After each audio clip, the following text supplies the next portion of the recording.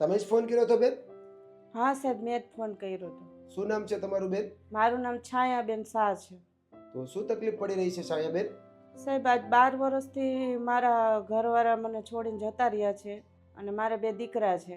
એ બાલ આશ્રમમાં ભણે છે. પણ આ છેલ્લા 4-5 મહિનાથી એટલી તકલીફ પડી રહી છે કે ઘરમાં અત્યારે એક અન્નનો દાણો પણ નથી સાહેબ.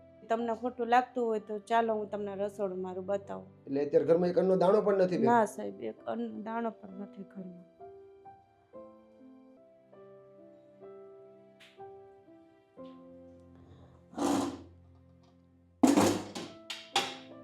જો સાહેબ, ડબ્બો ખાલી છે કે? થોડોક લોટ પડ્યો છે અંદર, 500 જેટલો લાવ્યા હતા એ પડ્યો છે અને કાંઈ બીજું છે નહીં, ચા ખાંડી નથી ને કાંઈ નથી સાહેબ. હું કરું એટલે અત્યારે? અત્યારે જમવાનું કાંઈ છે જ નહીં ઘરમાં? ના સાહેબ. તો જમવાની વ્યવસ્થા કઈ રીતના કરો? અત્યારે ઘર કઈ રીતના ચલાવો? અત્યારે આ મોટા બેનના ઘરે જઈને હું એમના વાસણ ઉટકીને ઘરનું કામ કરી દઉં થોડુંક, તો મને અત્યારે 2 ટાઈમ રોટલા આપે છે. પણ સવારે ચા વગરના અમે હોય છીએ સાહેબ. અમારી મદદ કરશો તો ભગવાન તમારું સારું કરશે. અમે ચોક્કસથી મદદ કરીશું બેન, પ્લીઝ તમે પેલા રડો નહીં.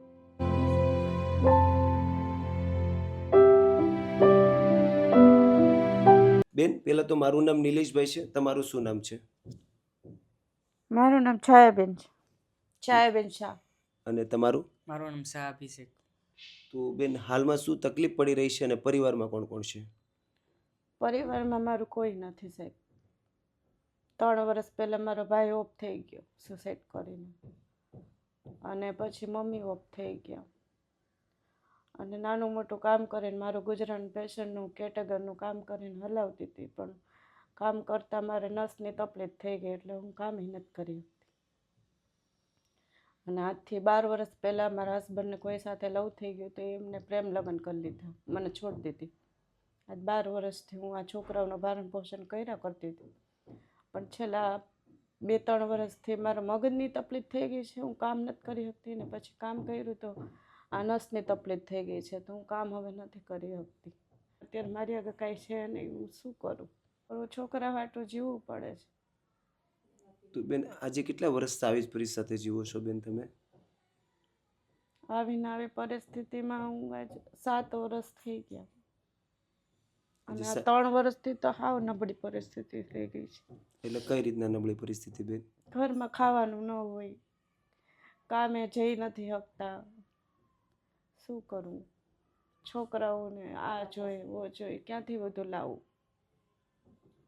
તું બેટા કેટલામું ભણે છે? હું અત્યારના 9માં આવ્યો. અમારા પાલીતાણામાં અનાથ આશ્રમ ને એમાં રહું છું. અનાથ આશ્રમમાં રહે છે તું? પહેલાં તો આવી રીતના પેશન્ટનું કામ કરતી હતી તો મમ્મીનું ને બધાયનું ગુજરાન હાલતું હતું. પછી ભાઈ ઓફ થઈ ગયો તો એનું મગજમાં અસર થઈ ગઈ તો માનસિક તકલીફ થઈ ગઈ. ત્યારે મારી માનસિકની દવાઈ ચાલુ હતી, મગજની તકલીફ થઈ ગઈ છે આયરે. છતાંય છોકરા આમ જોઈને જીવા કરું છું કે ના, કાલ મોટા થઈ જશે. પણ છેલ્લે અત્યારે તો એવી પરિસ્થિતિ આવી ગઈ છે કે નથી મારાથી કંઈ કામ થતું. નસની તકલીફ થઈ ગઈ છે કમરની, તો કામ એવું નથી કરી શકતી કંઈ. તો પછી અત્યારે ઘરનું ગુજારણ કઈ રીતના ચલાવો? ઘરમાં કાંઈ ખાવા પીવાનું નથી, બેન આપે ને અમે જમીએ છીએ અત્યારે. કાલે શું થશે એ ખબર નથી.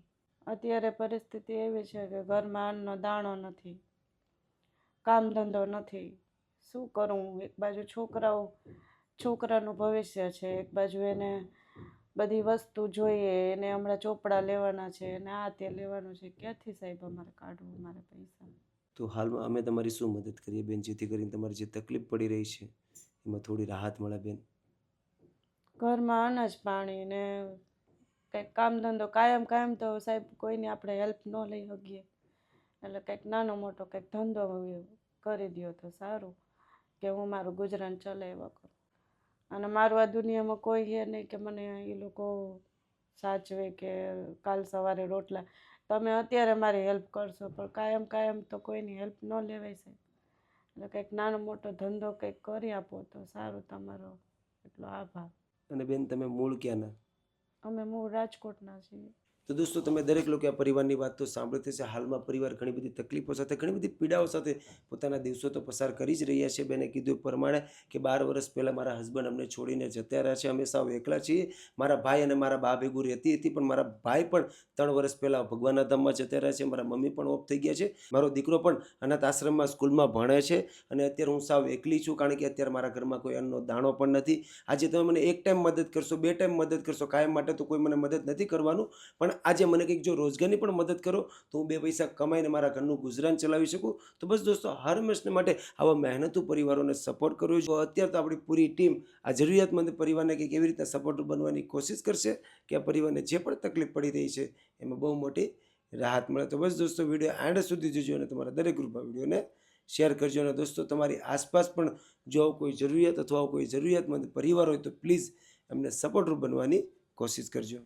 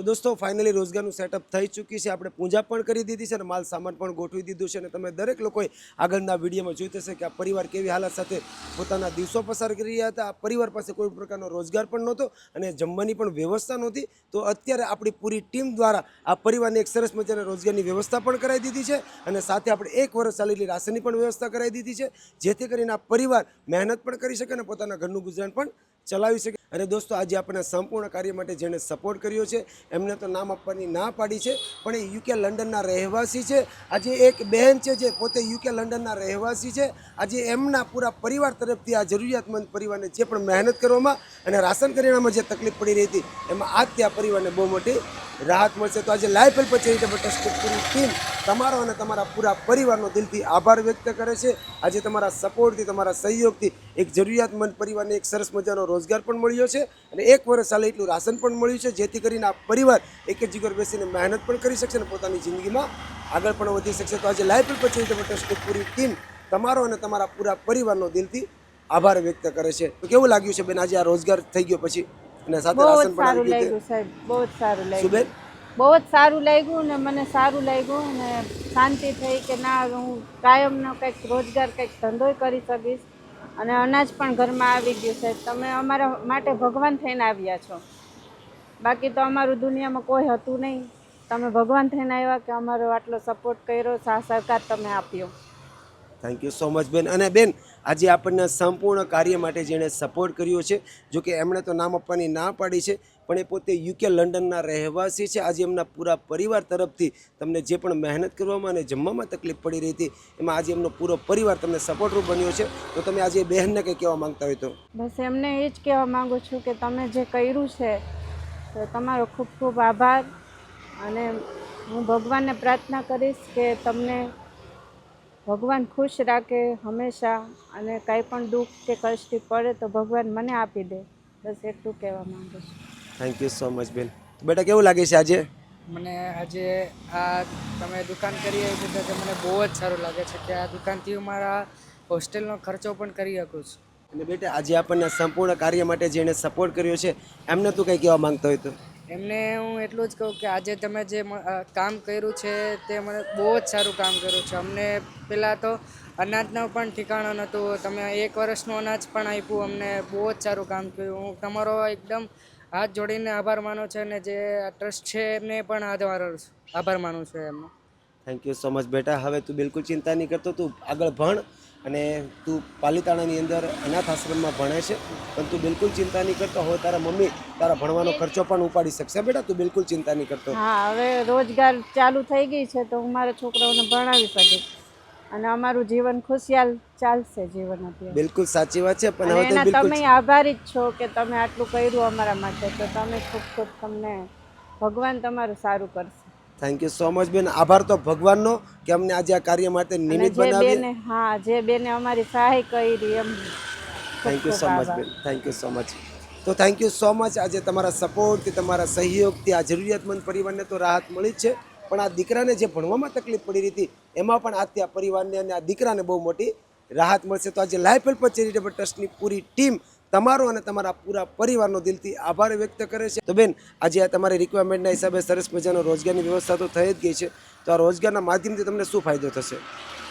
હું મારા છોકરાઓનું ભરણ પોષણ કરી શકીશ ને એને ભણાવી શકીશ, એની હર ફરજ પૂરી કરી શકીશ, અને મારું ગુજરાન હું ચલાવ્યા કરીશ.